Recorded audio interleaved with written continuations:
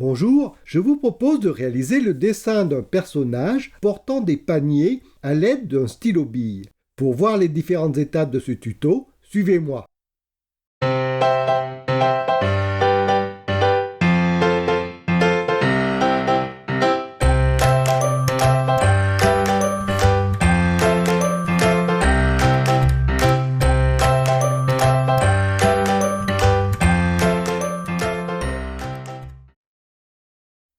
Pour réaliser ce dessin, vous aurez besoin du matériel suivant. Un support de dessin, une feuille de papier supportant l'encre, un critérium avec une mine de 0,7 ou à défaut un crayon graphite, ainsi qu'un feutre noir fin ou un stylo à billes. Il faudra également une gomme mie-de-pain ou une gomme caoutchouc.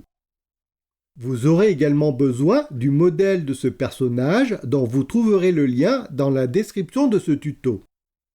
Ce dessin à la plume et à l'encre, nommé Vintage Basket, a été réalisé en 1887 par le peintre américain Kenyon Cox. Les nombreuses études de cet artiste, notamment les nus au crayon et les drapés, constituent d'excellents modèles pour s'exercer au dessin. Le personnage de ce moine portant des paniers présente également de nombreuses caractéristiques qui en font un très bon modèle. Tout d'abord, il est relativement compact, avec les bras plus ou moins le long du corps et la robe de buis accentuant l'aspect bloc du corps. Seuls les paniers constituent des parties saillantes. De plus, ce personnage comporte assez peu de détails. Les principales difficultés concernant ce modèle vont donc être le dessin du visage, celui des mains et, dans une moindre mesure, celui des pieds. Vous devriez donc parvenir à réaliser ce dessin sans rencontrer de grandes difficultés. Néanmoins, pour vous aider à positionner et proportionner les divers éléments, nous allons déterminer une grille de repères. Ainsi, après avoir fixé votre feuille de dessin sur la droite de votre support avec le modèle sur sa gauche, tracez au milieu de votre feuille un cadre de 15 cm de large et de 24 cm de haut. Divisez ensuite le cadre en largeur en traçant 5 colonnes de 3 cm de large. Partagez ensuite la hauteur du rectangle en 4 rangées de 6 cm de haut chacune. Enfin, pour faciliter le dessin du visage, partagez de nouveau en deux la rangée du haut afin d'obtenir des zones de 3 cm de hauteur. Refaites la même opération pour la rangée du bas afin de repérer le bas de la robe du côté de la jambe droite. Une fois que votre grille sera complète, commencez à dessiner de manière schématique les diverses parties du personnage. Pour cela, servez-vous de la grille. Certains points ne correspondront pas exactement aux lignes de la grille, mais vous pourrez néanmoins estimer leur position en déterminant s'ils sont proches de la moitié ou du tiers des carreaux que forme cette grille. Par exemple, le haut de l'épaule droite est situé légèrement à droite et en dessous du centre de la division du second carreau du haut. En revanche, le bout de la manche droite coïncide exactement avec la verticale de la première division.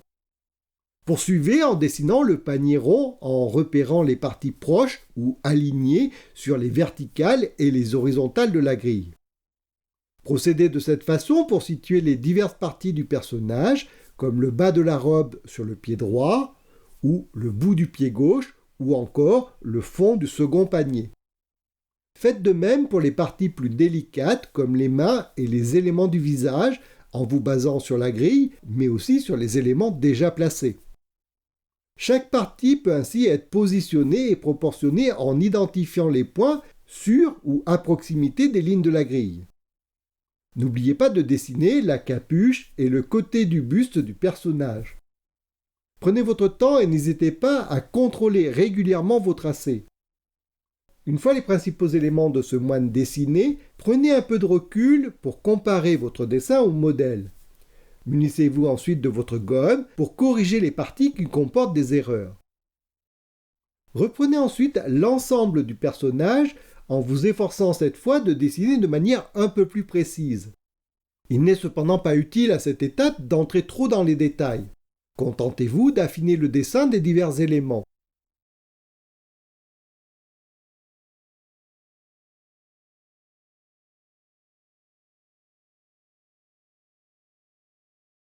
Une fois cette seconde étape du dessin plus précis terminée, reprenez votre gomme et, en maintenant fermement votre feuille pour éviter de la froisser, effacez toutes les lignes de la grille. Efforcez-vous de faire disparaître ces lignes sans pour autant effacer votre dessin. Prenez votre feutre fin ou votre stylo à billes et commencez à reprendre le dessin des éléments du contour. Dessinez ainsi les limites du bras gauche et du panier. Poursuivez avec la jambe du même côté ainsi que le bas de la robe de bure. Ajoutez à présent les éléments internes comme les cordelettes servant de ceinture. Continuez à travailler en dessinant soit le bras droit et le panier du même côté, soit comme moi en vous attaquant à des parties plus délicates comme le visage ou les mains. L'ordre dans lequel vous dessinez les éléments n'a pas de réelle importance, mais efforcez-vous de respecter une certaine continuité dans le cheminement de vos tracés. Repassez de cette façon chacune des lignes préalablement tracées au crayon. Pour l'instant, contentez-vous de dessiner les lignes de contour et les lignes internes, mais sans vous occuper des ombres et des lumières. C'est uniquement lorsque toutes les lignes de contour auront été reprises à l'encre que vous pourrez commencer à appliquer les hachures afin de restituer les matières et effets de lumière sur ce personnage. Ne cherchez pas à obtenir tout de suite la densité des diverses zones. Appliquez pour l'instant une première série de courtes hachures. Le plus important est de faire en sorte que ces hachures suivent le sens des formes. Pour cela, observez bien le modèle afin de reproduire au mieux le sens des hachures visibles. Terminez cette phase d'ancrage en ajoutant les détails du visage et des mains.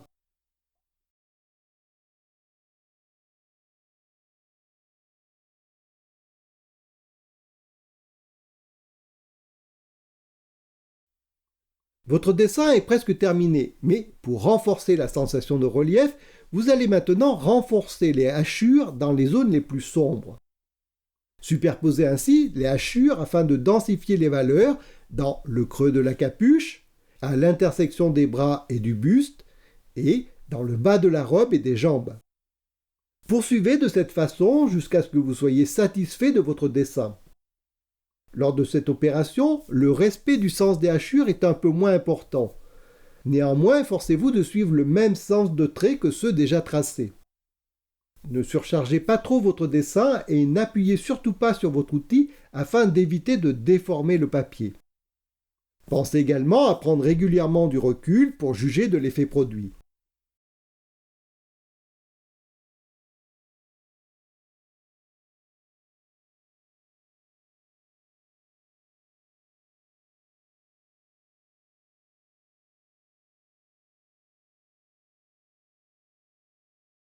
Voilà, le dessin de ce moine portant des paniers est à présent terminé. J'espère que ce tuto vous a plu et que vous avez pris plaisir à réaliser le dessin à l'encre de ce personnage. Si vous souhaitez avoir plus de renseignements sur la construction d'un dessin, l'utilisation des repères et la prise de mesure, reportez-vous au volume 2 de mon cours « Les clés du dessin ». Vous trouverez ce cours ainsi que celui consacré au croquis et à la réalisation de dessins rapides sur le site 123atelier.com. Ce tuto est le premier d'une série qui sera consacrée au dessin et à la peinture d'après des œuvres de maître. La copie d'œuvres de grands maîtres présente deux intérêts majeurs. Le premier est évident, lorsque vous réalisez une copie, vous dessinez. Cette pratique va donc contribuer, comme tout autre exercice de dessin, à parfaire votre vision, à développer votre sens des proportions et à former votre main. Le second avantage que vous retirerez de la reproduction d'œuvres de grands maîtres est que cela va vous permettre d'étudier en détail des images aux multiples qualités. Ces études contribueront ainsi à enrichir votre propre style et à vous faire comprendre comment mettre en valeur votre sujet par la composition, la qualité du trait, mais aussi le traité et la circulation des lumières.